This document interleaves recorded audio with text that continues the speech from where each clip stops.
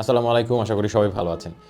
আপনারা সবাই জানেন যে আমার একটা প্রিমিয়াম গাইড বই আছে অ্যামাজনে কীভাবে সেল করবেন, প্রাইভেট লেভেল করবেন সেটার A to Z এই ব্যাপারে এক্সপ্লেন করা সুন্দরভাবে।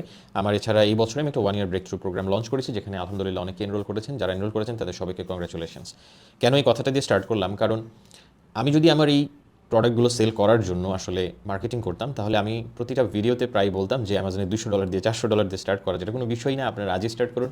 কিন্তু আপনি যদি আমার ওয়েবসাইটে যান, আমার ইবুকের পেজে যান, বা আমার যেই 1 ইয়ার প্রোগ্রাম চলছে সেখানের পেজে যান, তাহলে দেখতে পারবেন আমার প্রতিটা জায়গায় কিন্তু মিনিমাম ইনভেস্টমেন্টই লেখা $3000 বা তার বেশি। $3000 আমি একটা বেঞ্চমার্ক বলেছি যে এর নিচে করাটা ঠিক হবে না, এর নিচে যাওয়াটা ঠিক হবে না।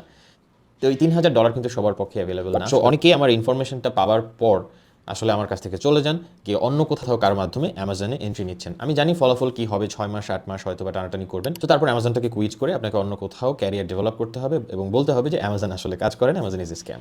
তো এই ভিডিওর মাধ্যমে অলরেডি আমি যারা এই কত টাকা ইনভেস্টমেন্ট লাগবে এই প্রশ্ন নিয়ে সবসময় চিন্তা করেন, তাদের জন্য অ্যান্সার দিয়ে দিয়েছি যে আপনার যদি প্রাইভেট লেভেল করতে চান তাহলে একটা মিনিমাম বেঞ্চমার্ক হচ্ছে $3000 বা তার বেশি। এর নিচে আসলে আসলে আপনার জন্য অনেক অনেক ডিফিকাল্ট হয়ে যাবে, বিজনেসটাকে কন্টিনিউ করা পারবেন না, সাস্টেইনেবল হবে না।